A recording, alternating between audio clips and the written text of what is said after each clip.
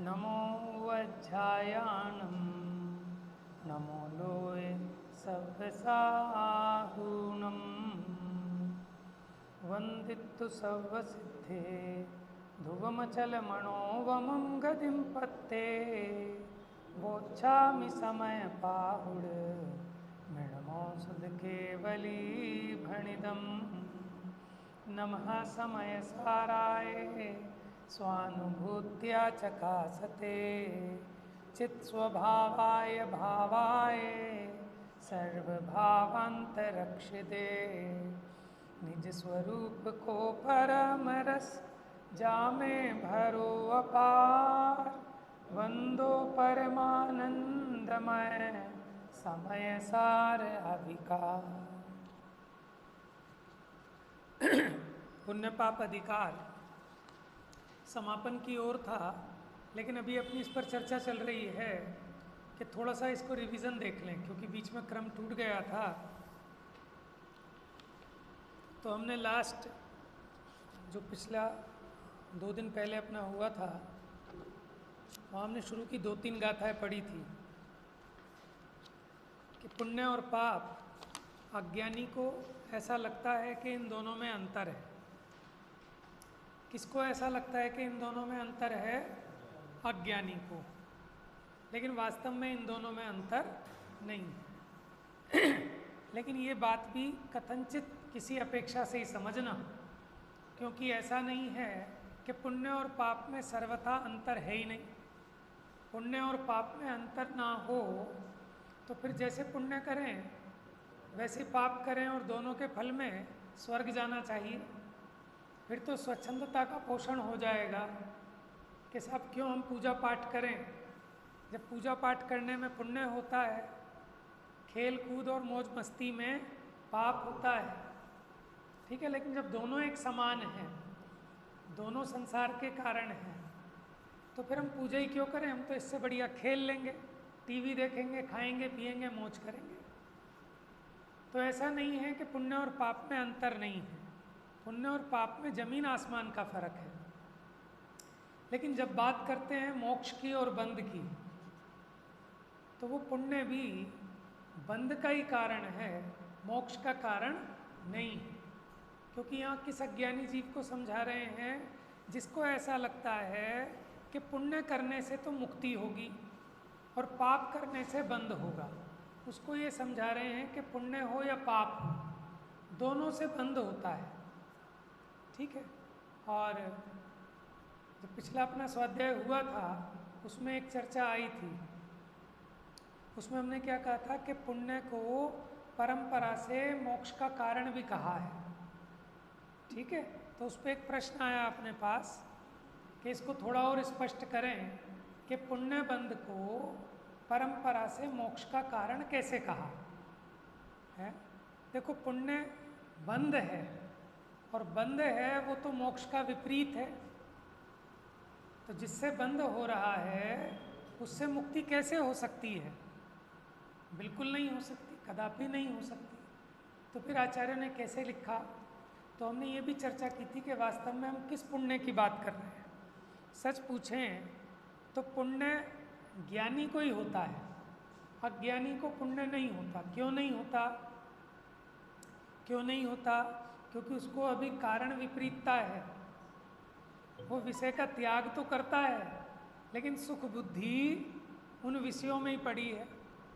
समझ में आया? सब कुछ त्याग तो किया, लेकिन अभिप्राय में क्या है कि यहाँ एक स्त्री छोड़ूंगा तो कम से कम 32 अप्सराएं मिलेंगी। तो ये जो उसका अभिप्राय है, ये अभिप्राय, इस अभिप्राय को शुभ कहोगे कि अशुभ कहोगे? बताओ आप। अशुभ ही है। लेकिन उसे पुण्य क्यों बंधा? कि उसने अपनी जितनी इच्छाओं को जीता, जिसको कहते हैं ना अकाम निर्जरा। कभी अकाम निर्जरा करे भवन त्रिक में सुरतन धरे। ये बिना काम की निर्जरा हुई, जबरदस्ती अपनी इच्छा का शमन किया, लेकिन फिर भी उसकी कहीं ना कहीं कषाय मंद तो हुई है। तो जितनी कषाय मंद हुई उसके फल में जितना उसको पुण्य बंधा, उसके फल में स्वर्ग आदि ये सब मिलता है। समझ में है? उसका निषेध नहीं है। लेकिन मोक्ष मार्ग में उस पुण्य को हम परंपरा से मोक्ष का कारण नहीं कह रहे हैं।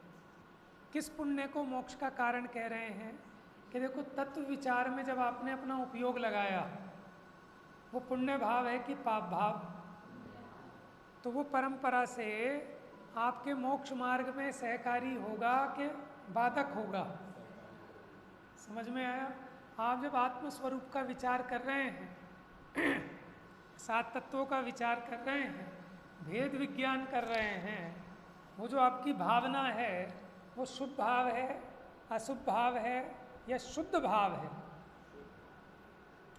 शुभ भाव है। समझ में आया? जिस समय आप भावना कर रहे हैं ना कि जीव जुदा पुद्गल जुदा, यही तत्व का सार, ऐसा मनन चिंतन बार बार उपयोग को उसमें लगाना, ये सब शुभ भाव है। लेकिन इस शुभ भाव के साथ साथ आपका ज्ञान, समझ में, उसमें जो निर्णय है, उसमें जो मजबूती है, उसका जो पुरुषार्थ चल रहा है, वास्तव में तो वो मोक्ष को साधता है। समझ में आया? लेकिन उसके साथ ऐसा पुण्य होता ही है, इसलिए हम ऐसा कह देते हैं उपचार से कि वो भाव, वो परंपरा से मोक्ष का कारण है। लेकिन वो भाव कौन सा भाव लेना? कि तत्व के प्रति जो जिज्ञासा का, तत्व के विचार का, तत्व के निर्णय करने का है। 16 कारण भावनाएं, 12 भावनाओं का विचार है, तो ये सब पुण्य भाव। लेकिन इससे क्या कि आपके तत्व ज्ञान को मजबूती मिलती है, दृढ़ता मिलती है, और वो मोक्ष मार्ग को साधती है। दूसरी बात, मोक्ष मार्ग प्रकाशक में पंडित टोडरमल जी साहब पहले अध्याय में, जहाँ पंच परमेष्ठी से अपने प्रयोजन की सिद्धि कैसे होती है, तो अरहंत आदिक से प्रयोजन की सिद्धि, ये टॉपिक है। वहाँ वो सबसे नीचे लिखते हैं कि अरहंत आदि के प्रति जो भक्ति का परिणाम है, उसमें लिखते पुनश्च समस्त कषाय मिटाने का साधन है। कौन से परिणाम को? अरहंत आदि के प्रति जो भक्ति का परिणाम है, वो पुनश्च समस्त कषाय मिटाने का साधन है। समस्त कषाय मिटाने का साधन है मतलब मोक्ष का साधन हुआ कि बंध का साधन हुआ है? क्यों है समस्त कषाय मिटाने का साधन? देखो अब समझना, प्रवचन सार की 80वीं गाथा सुनी है ना आपने, कि जो जानता अरहंत को सब द्रव्य गुण पर्याय से, वह जानता निज आत्मा द्रग मोह उसका नष्ट हो।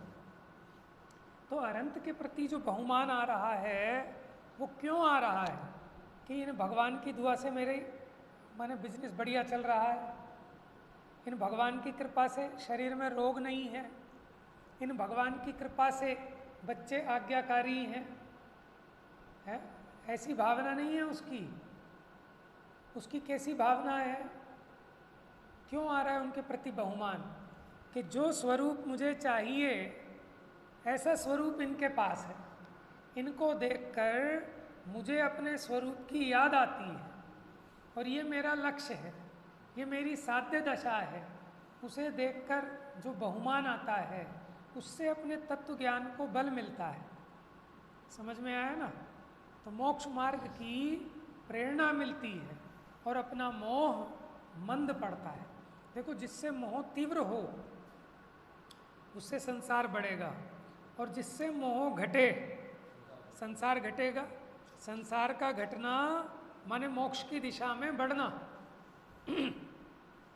अब अरहंत आदि के प्रति जो भक्ति का परिणाम आया, ये तत्व विचार वाले को ही आएगा सच में, उसकी बात नहीं है कि जो तत्व ज्ञान से रहित है।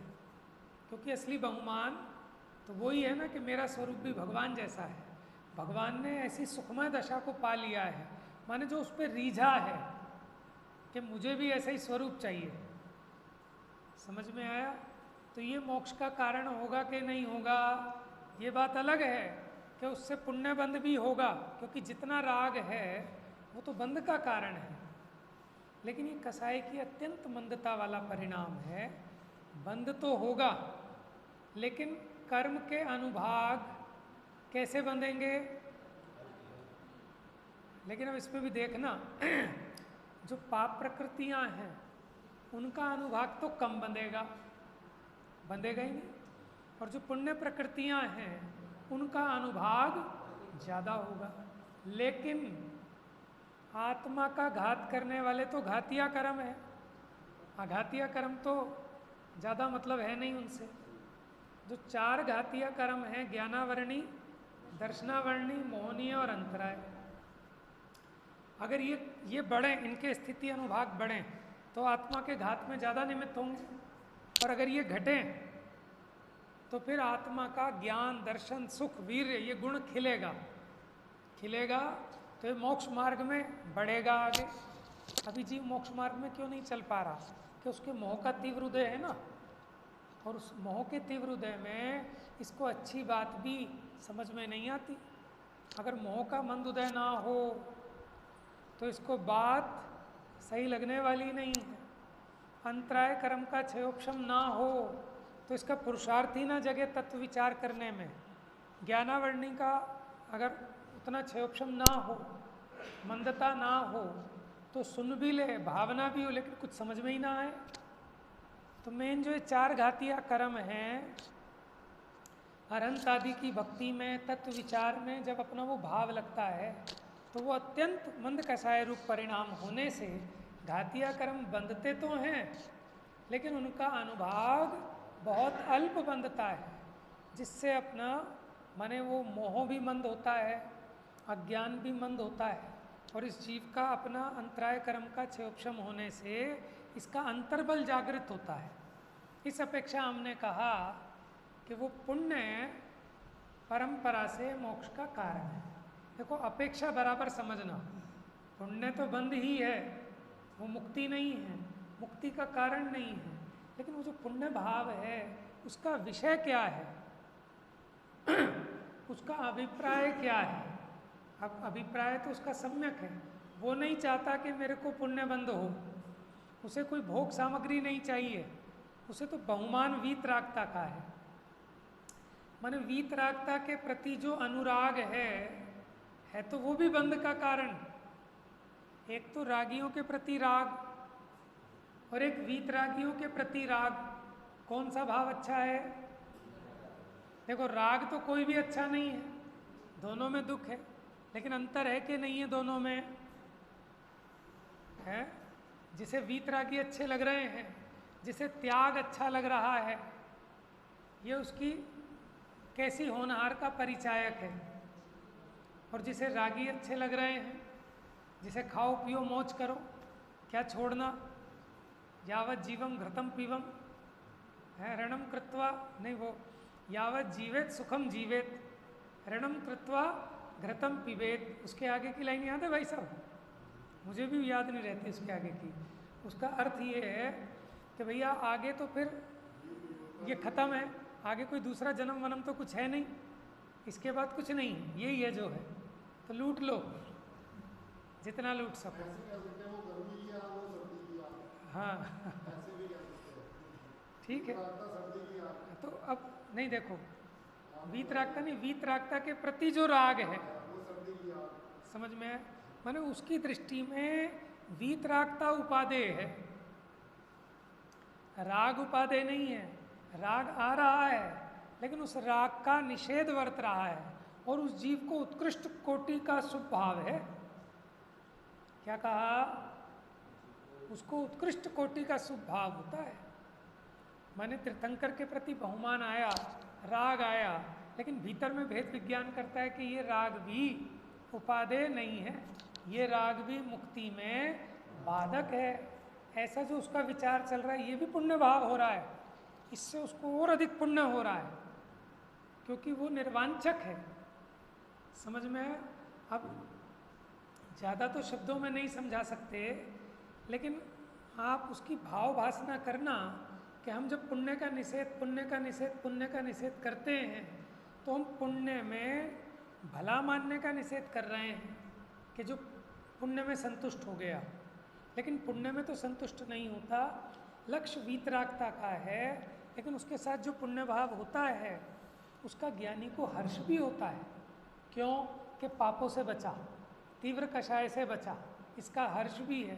टोडरमल जी ने लिखा कि जैसे किसी को बहुत दंड होता था, क्या किसी को बहुत दंड होता था, लेकिन अगर वो अल्प दंड भुगत कर हर्ष मनाता है, यद्यपि परमार्थ से देखें तो दंड है, उसमें खुशी काहे की। मानो अभी आपका 2000 रुपये का चालान कटता था, लेकिन आपने फ़ोन फान करा दिया और 200 रुपये में सेटिंग हो गई। समझ में आया? तो 200 रुपये में भुगत के खुशी होती है कि दुख होता है, ये बताओ। 200 रुपये निकल गए जेब से, खुशी कर मना रहे हो भैया। 1800 बच गए, उसकी खुशी है। बात समझ में आई? तो अब मैंने एक बात कह दी कि ज्ञानी भी जब पुण्य भाव होता है उसको भी खुशी होती है कि आज मेरा दिन भक्ति में, पूजा में, स्वाध्याय में, आज मैंने अपने समय का सदुपयोग किया। तो आप कहोगे कैसा ज्ञानी है? पुण्य भाव में सुख मान रहा है, खुशी मान रहा है। कि पुण्य भाव की खुशी नहीं कि रोज़ मेरा समय जो धंधे में, कसाय में, घर गृहस्थी में, हिंसा में जाता था, आज उससे बचा। समझ में आया? लेकिन अंदर में बराबर भेद विज्ञान ये भी है कि भीतर में रहने का आनंद कुछ और है। कि वो घड़ी कब आएगी कि जब अपने स्वरूप में लीन होऊंगा, भगवान की पूजा करने की भी आवश्यकता नहीं बचेगी। लक्ष्य ऐसा है, ऐसा वो भाव मोक्ष मार्ग को साधता है। समझ में आया? ज्ञानी का। अज्ञानी का पुण्य भाव क्या है? बात समझ में? अपेक्षा समझना। तो पुण्य बंध का कारण है बराबर, लेकिन इसका मतलब ये नहीं समझना कि हम भक्ति कर लेंगे भगवान की तो हम संसार में फंस जाएंगे। अरे वो भक्ति तो मुक्ति की दातार है। ज्ञानियों ने लिखी हैं पूजाएं, भक्ति मुक्ति दातार, कि भक्ति से मुक्ति होती है। कि हाँ, प्रवचन सार की 80वीं गाथा पढ़ो ना, कि जो जानता अरहंत को। जानता क्या मतलब? जानने का मतलब यही है कि उनसे जिनका परिचय है, क्योंकि परिचय होता है तभी प्रीति होती है। आपका हमारा परिचय ही ना हो तो प्रीति कहाँ से होगी? और जब परिचय होता है तो ही तो प्रेम होता है। तो भगवंतों के प्रति भक्ति किसको है? ज्ञानी को। अज्ञानी को है ही नहीं। क्यों नहीं है? क्योंकि उसका परिचय ही नहीं है, उसको पता ही नहीं है चीज़ है क्या। नहीं समझे?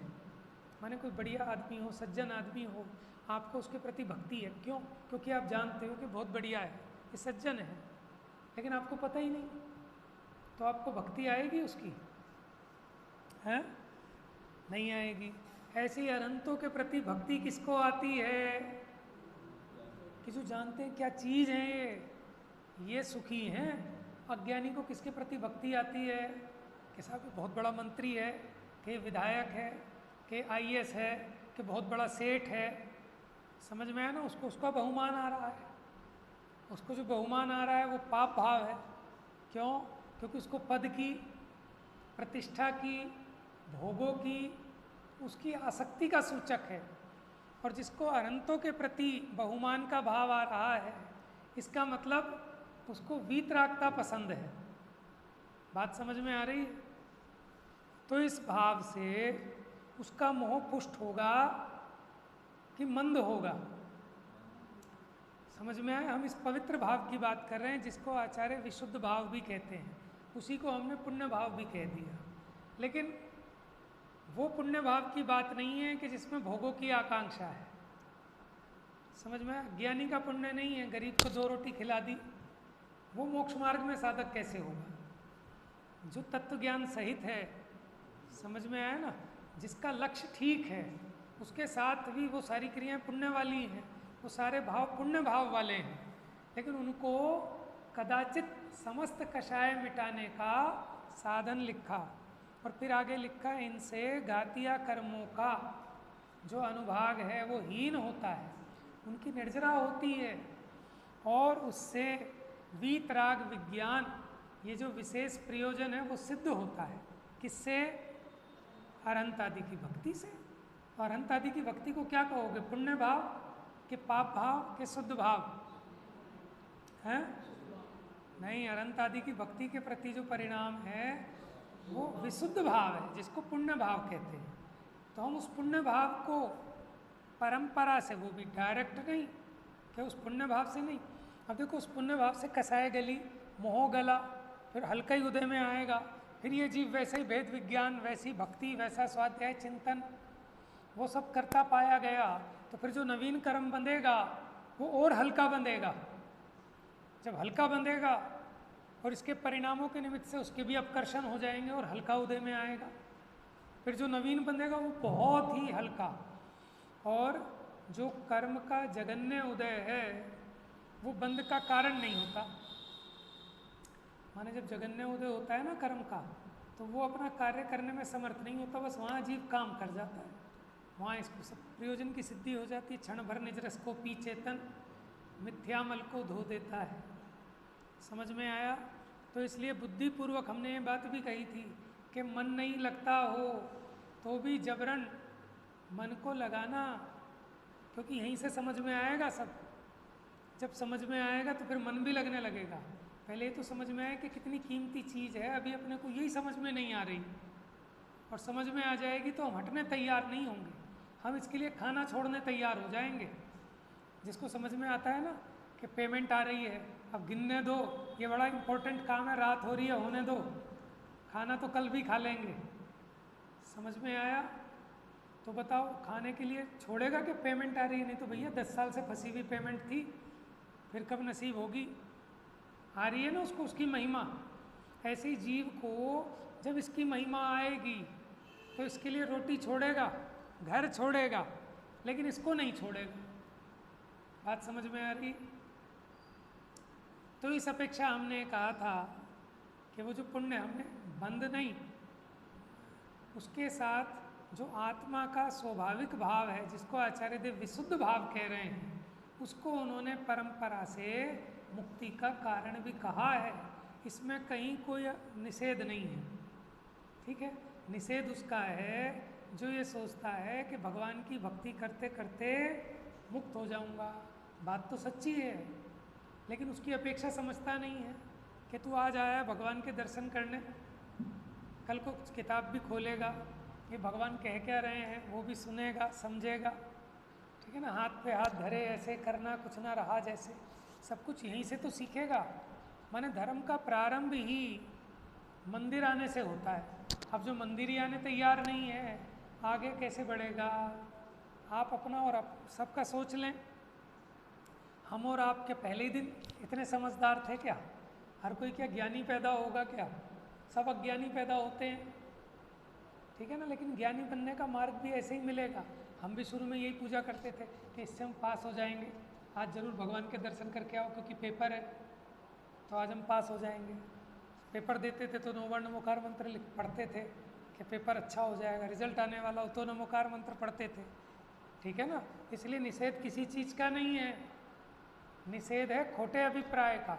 लेकिन जो भी अज्ञानी जीव है, जो कुछ समझता नहीं है, अभी तुम उसका निषेध करने बैठ जाओगे कि मंदिर आने से कुछ नहीं होता, ये तो बहुत बढ़िया बता दिया, हमें तो वैसे भी टाइम नहीं है फैक्ट्री से, काम धंधे से।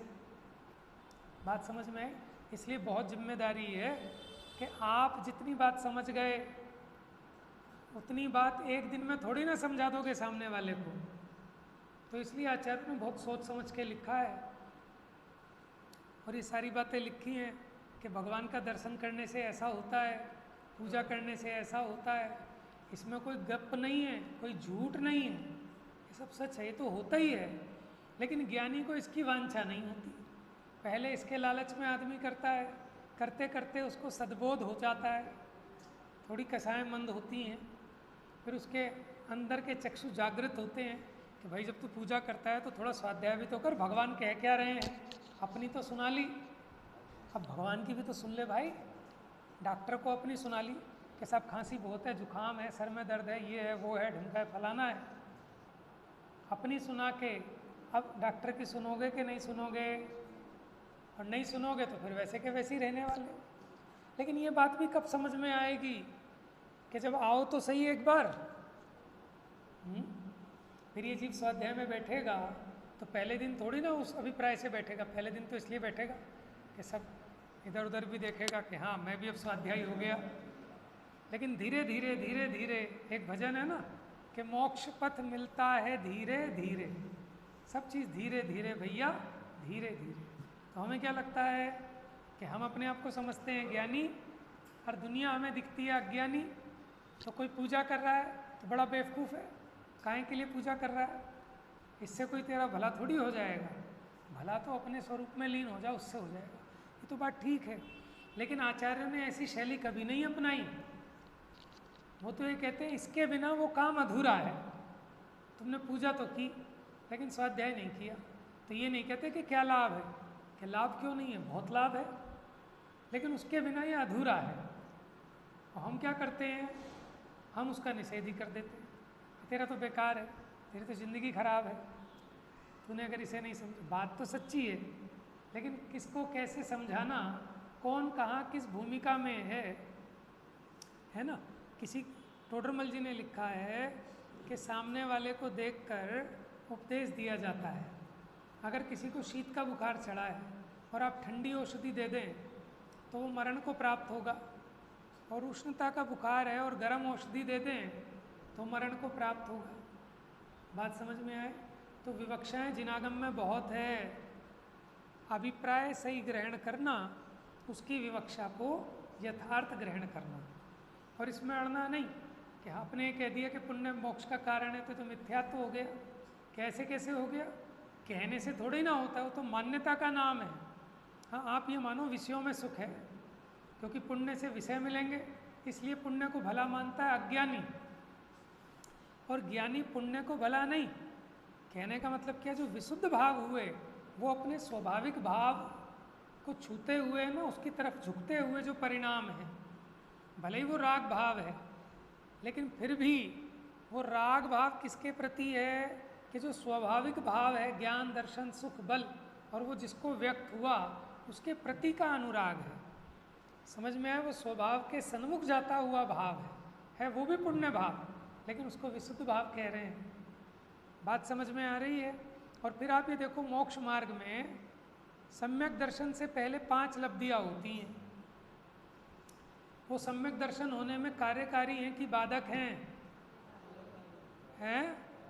कार्यकारी है। जैसे क्षोपशम लब्धि, विशुद्धि लब्धि, प्रायोग्य लब्धि, देशना लब्धि, प्रायोग्य लब्धि, और फिर करण लब्धि। अब आप एक बार बताओ, जो करण लब्धि के समय जो परिणाम हैं वो भी तो शुभ भाव हैं। क्यों? क्योंकि अभी सम्यक दर्शन तो हुआ नहीं। करण लब्धि पूरी होने पर तभी तो सम्यक दर्शन होगा, अनुभूति होगी। तो बहुत विवक्षाएं हैं करणानियोग की भी और चरणानियोग की भी। माने अध्यात्म में भी मुख्यपने यह जो पुण्य पाप अधिकार की चर्चा चलती है, जो सामान्य जगत है वो यही मान के बैठता है कि इन विषय भोगों में सुख है, और उन विषय भोगों की प्राप्ति पुण्यकर्म से होती है, इसलिए पुण्यकर्म को भला मानता है। बात समझ में आ गई? लेकिन ज्ञानी ऐसा नहीं मानता, समझदार व्यक्ति ऐसा नहीं मानता। वो स्वाध्याय कर रहा है तो इससे पुण्य तो हो रहा है, लेकिन उसका लक्ष्य ये नहीं है कि पुण्य हो और उसके फल में मुझे विषय भोग मिले। उसका लक्ष्य क्या है कि मेरा मोह गले, इसको पढ़ के जो मेरे को विषय भोगों में रुचि है वो मेरी रुचि छूटे, उसका ये प्रयोजन है। तो देखो, ज्ञानी के सब भाव शुभाशुभ ज्ञानमयी हैं, अज्ञानी के सभी भाव अज्ञानमयी हैं। ज्ञानी और अज्ञानी में ये अंतर क्यों है, तथा शुभाशुभ भावों में भी अंतर क्यों है? माने ज्ञानी करे तो उसका ज्ञान में भाव वो मोक्ष को साधेगा, और अज्ञानी का वही भाव संसार को साधेगा। एक जिनेंद्र भगवान की प्रतिमा है, उसी प्रतिमा के सामने खड़ा होकर अज्ञानी अपने अज्ञान को साधता है। ठीक है ना, कि प्रभु आपकी कृपा से सब काम हो रहा है, देते हो आप बाबा, मेरा नाम हो रहा है। वो अपना अज्ञान साध रहा है। और एक ज्ञानी है, वो अपने ज्ञान को साधता है कि ऐसा ही प्रभु मैं भी हूँ, ये प्रतिबिंब सुमेरा है। आज अद्भुत छवि निज निहारी, भाव दूर भगे सब शुभ काल लब्धि जागी प्रभुवर, मैं पास आपके आया, सकल गे ज्ञायक तदपि निजानंद रसली। अरे भगवान गजब हो आप, कि समस्त ज्ञेयों को जानते हो लेकिन फिर भी अपने निजानंद रस में डूबे रहते हो, सब कुछ जानते हो हैं। मास्टर जी अपना नीचे ऐसे पढ़ रहे हो लेकिन फिर भी सब जानते हैं कौन क्या कर रहा है, गजब है भाई। मास्टर जी कहते हैं मेरी 4 आंखें बेटा, आगे भी हैं और 2 पीछे भी हैं। जब बोर्ड पे लिखते हैं तो बच्चा कहता है पता नहीं कैसे देख लिया, कहता 2 पीछे भी हैं आंखें। गजब है मास्टर जी, तो समझ में आया।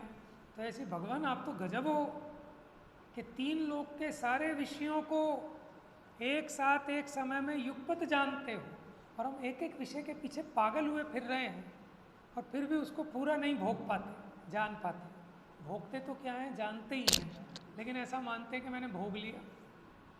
ठीक है, वो समस्त विषयों को जानते हुए भी अपने निज आत्मा के आनंद में लीन रहते हो।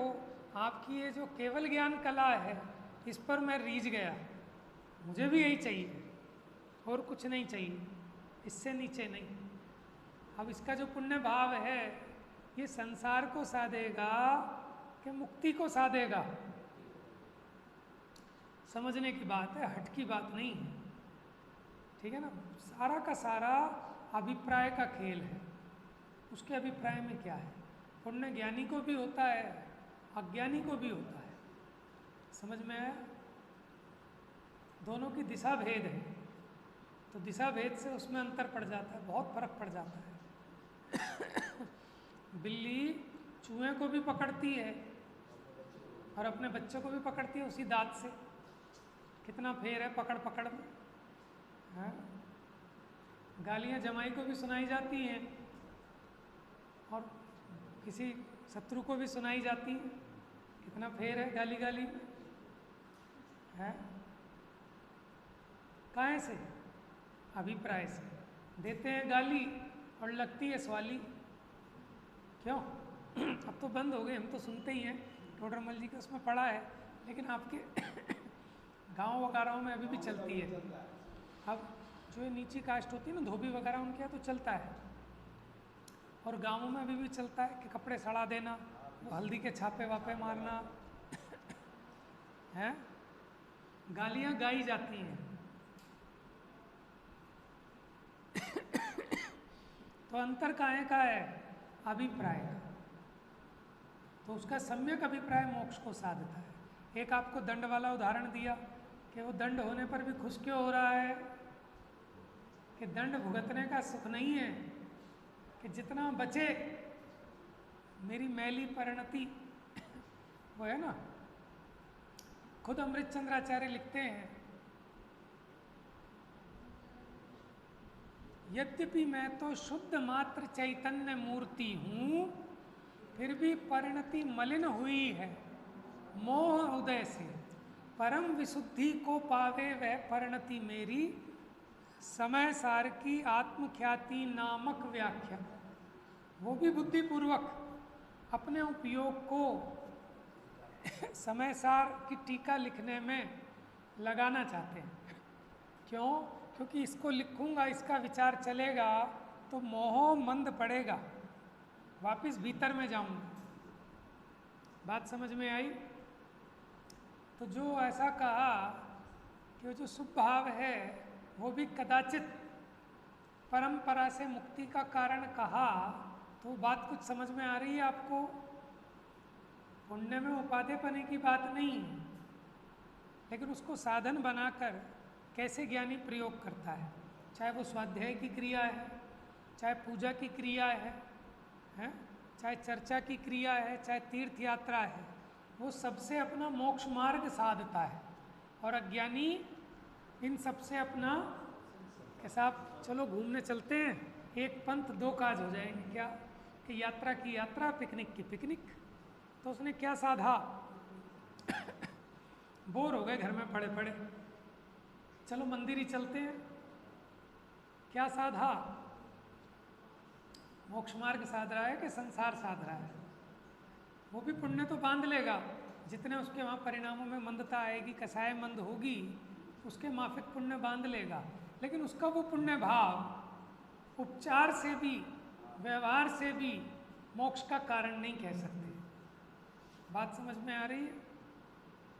तो इसलिए पुण्य भाव हे है मतलब क्योंकि वो राग भाव है, वो भी बंध का ही कारण है।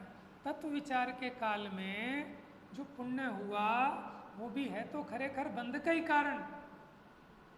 ये बात बराबर ख्याल में है, लेकिन अंदर में परिणति नहीं रुकती तो और कोई ऑप्शन दिखाई नहीं देता। हेता पूर्वक पुण्य होता है उसको। लेकिन आप देखो कैसी अटपटी है ज्ञानी की लीला, है ना। द्रग चिन्ह मूरत द्रगधारी की मोहे रीति लगत है अटापटी। एक तरफ कह रहे हो कि पुण्य है, दूसरी तरफ आनंद भी बनाता है कि आज स्वाध्याय में आनंद आ गया, आज विधान करके आनंद आ गया। अरे पुण्य भाव में आनंद मान रहा है कि भैया इसलिए कि 4 घंटे से दुकान पे छकछक करते थे, उसके सामने तो भाव बहुत भला है, इतना भी तो विवेक चाहिए ना।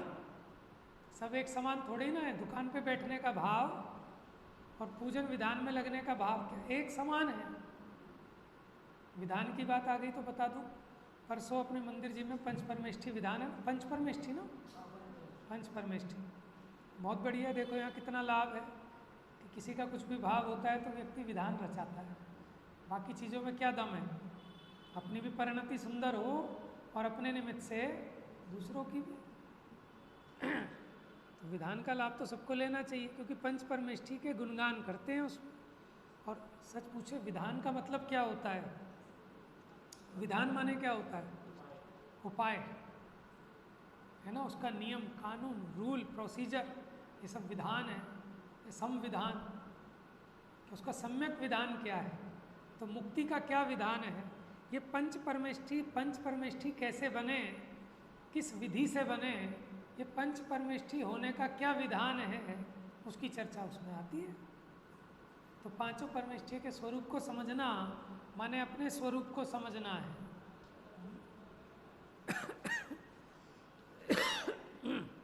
तो समय तो हो गया, किसी का कोई क्वेश्चन हो, क्रॉस क्वेश्चन आप कर सकते हैं। देखो हमें हट नहीं है, जिनवाणी में जहाँ जो कुछ भी लिखा है वो सब ठीक है। हम ऐसा नहीं समझना कि उसका कोई निषेध है, लेकिन उसकी अपेक्षा को बराबर ग्रहण करना और एकांत का हट नहीं रखना। जो भी बात जहाँ कहीं भी कही, जब हमने कहा पुण्य पाप समान है तो उसको सर्वथा नहीं मानना। और जब हमने कहा पुण्य पाप में तो बहुत फर्क है, पुण्य भला है और पाप बुरा है, तो वहाँ भी किसी अपेक्षा से ही कहते हैं, सर्वथा ऐसा ग्रहण नहीं करना। ज्ञानी इन सब का विवेक रखता है, उसका जीवन दिखाई देता है कि बुद्धिपूर्वक पुण्य क्रियाओं में भी लगता है। पुण्य भाव तो होता ही है, लेकिन पुण्य क्रियाएं भी होती हैं बुद्धिपूर्वक। और ऐसे ही निमित्त नैमित्तिक संबंध है। कोई ये सोचे सब भाव कर लूँगा, क्रिया की क्या ज़रूरत है? आप बताओ, आप खुद देखो।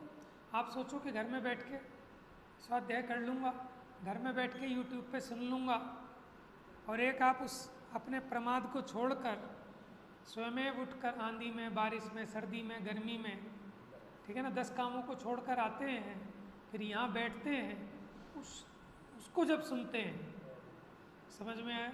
अब यही प्रवचन आपने लाइव सुना है, ठीक है, और अगर लाइव ना सुन के आप उस पर यूट्यूब पे सुनते हैं, जो अभी विशुद्धि यहाँ हुई, जितनी गहराई से अभी यहाँ समझ में आया, क्या उतनी गहराई से, उतनी विशुद्धि से समझ में आता? तो बताओ, क्रियाओं का रोल है या नहीं है मोक्ष मार्ग में? है? क्रिया तो पुद्गल की है कि हाँ भाई पता है पुद्गल की है, लेकिन ये क्रिया बिना परिणाम के नहीं होती, और वो परिणाम बिना अभिप्राय के नहीं होता, और वो अभिप्राय और परिणाम जीव के बिना नहीं होता। समझ में? कैसा अपना परिणाम और कैसा अपना अभिप्राय होता है? जैसी अपनी समझ है, जैसी अपनी बुद्धि है, जो चीज़ अपने को उपादेय लगती है उसकी परिणाम आते हैं ना। बताओ, त्याग के परिणाम आते हैं कि भोग के परिणाम आते हैं? बताओ। है? हमें तो भोग के आते हैं, त्याग के किसको आएंगे? दोनों ही आते हैं। समझ में आया? माने अब जैसे पंखे की हवा खा रहे हैं, क्या कभी भाव आता है कि कब छोड़ें इस पंखे की हवा को? कितनी पराधीनता है, हैं? कब छूटेगी ये खाना खाने की पराधीनता? रोज खाना चाहिए, रोज खाना चाहिए। लगता है ऐसा? समझ में ये लगेगा तो नहीं लगता ना। तो पहले ज्ञानियों के माध्यम से, स्वाध्याय के माध्यम से हम ये सीखते हैं कि हमें 12 भावनाओं का विचार करना चाहिए। यही तो 12 भावनाएं कि सब अनित्य है, अशरण है, संसार, एकत्व, असुचि। तो पहले देख देख कर सीखना। समझ में आया? माने कोई फैंटम बनने का मार्ग नहीं है कि हम क्यों किसी से सीखें, हम क्यों पढ़ें अपने आप से, ऐसे तो कोई नहीं होता। या तो माने श्री गुरु समझाएं, या तो होता है स्वयं बुद्ध, या होता है बोधित बुद्ध। जैसे तीर्थंकर हैं, वो स्वयं बुद्ध होते हैं, किसी से पढ़ते नहीं, समझते नहीं, ठीक है। लेकिन बाकी जन कैसे होते हैं? बोधित बुद्ध, कि कोई समझाए तो समझ जाए। पर्पस तो समझने से है ना। तो ये बात भी सब स्वाध्याय करके ही समझ में आएगी। इसलिए बुद्धिपूर्वक इन क्रियाओं का, जितनी भी है मोक्ष मार्ग की नैमित्तिक क्रियाएं कही जाती हैं। श्रावक की 53 क्रियाएं कही। अब वो 53 की 53 क्रियाएं तो जड़ की हैं, पुद्गल की हैं। बात समझ में आ रही है? तो क्रिया सुधारने का उपदेश परिणाम सुधारने के लिए है, क्योंकि क्रियाएं सुधरने पर परिणाम सुधरते ही मुख्यपन है। कदाचित किसी के ना सुधरे तो ना सुधरे, लेकिन उपाय क्या? उपाय तो यही है ना। जब कोई रोग होता है तो वैद्य के पास जाके दवा लेते हैं, मुख्यपन है तो उससे ठीक होते ही हैं। कदाचित किसी का तीव्र पाप उदय हो, ना होए तो ना होए, लेकिन उसकी मुख्यता करके अन्य लोग दवाई लेने का निषेध तो करेंगे नहीं। तो आप खुद सोचो, हर एक चीज़ में लगा के देखो। देखो आप पूजा कर रहे हो, आप अपने कपड़ों में बैठ के पूजा करते हैं, और एक आप कपड़े बदल कर शुद्ध कपड़ों में पूजा करते हैं। ईमानदारी से कलेजे पे हाथ रख के देखना कि भावों की विशुद्धि में अंतर आता है कि नहीं आता है। क्या रीज़न है? कि जड़ की क्रिया इफेक्ट डाल रही है। आप उल्टा समझाना चाह रहे हो कि जड़ की क्रिया देखो मोक्ष मार्ग में कार्यकारी होगी। भैया मैं नहीं कह रहा, ग्रंथ भरे पढ़े, पढ़ने की फुर्सत तो निकालें। जितना चरणानी हो गए उसमें ऐसा उपदेश क्यों? रात्रि को भोजन नहीं करना भैया, सुबह सुबह उठ के जिन दर्शन के लिए जाना, ये पुद्गल की क्रिया नहीं है। उन्हें नहीं पता आचार्य देव को, समंत भद्र स्वामी हैं लिख रहे हैं, उनको नहीं पता। हम ज़्यादा समझदार हो गए हैं, हमें आचार्यों की विवक्षा समझनी चाहिए। आचार्य क्या कह रहे हैं? देखो दो तरह के लोग होते हैं कि जो लिखा है उसकी सही इंटरप्रिटेशन करके उसका भाव ग्रहण करते हैं। दूसरे टाइप के होते हैं उसको काट कर कि मैं सही कर देता हूँ।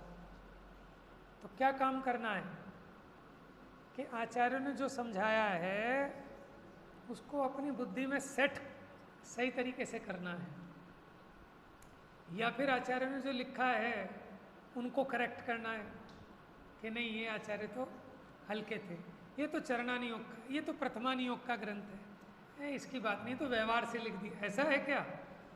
कि आचार्य देव ने जो लिखा है हमें और आपको समझाने के लिए तो लिखा है, और जैसा आप हे समझ रहे हो अगर ऐसे ही हे होता तो आचार्य देव आपने लिखा ही क्यों?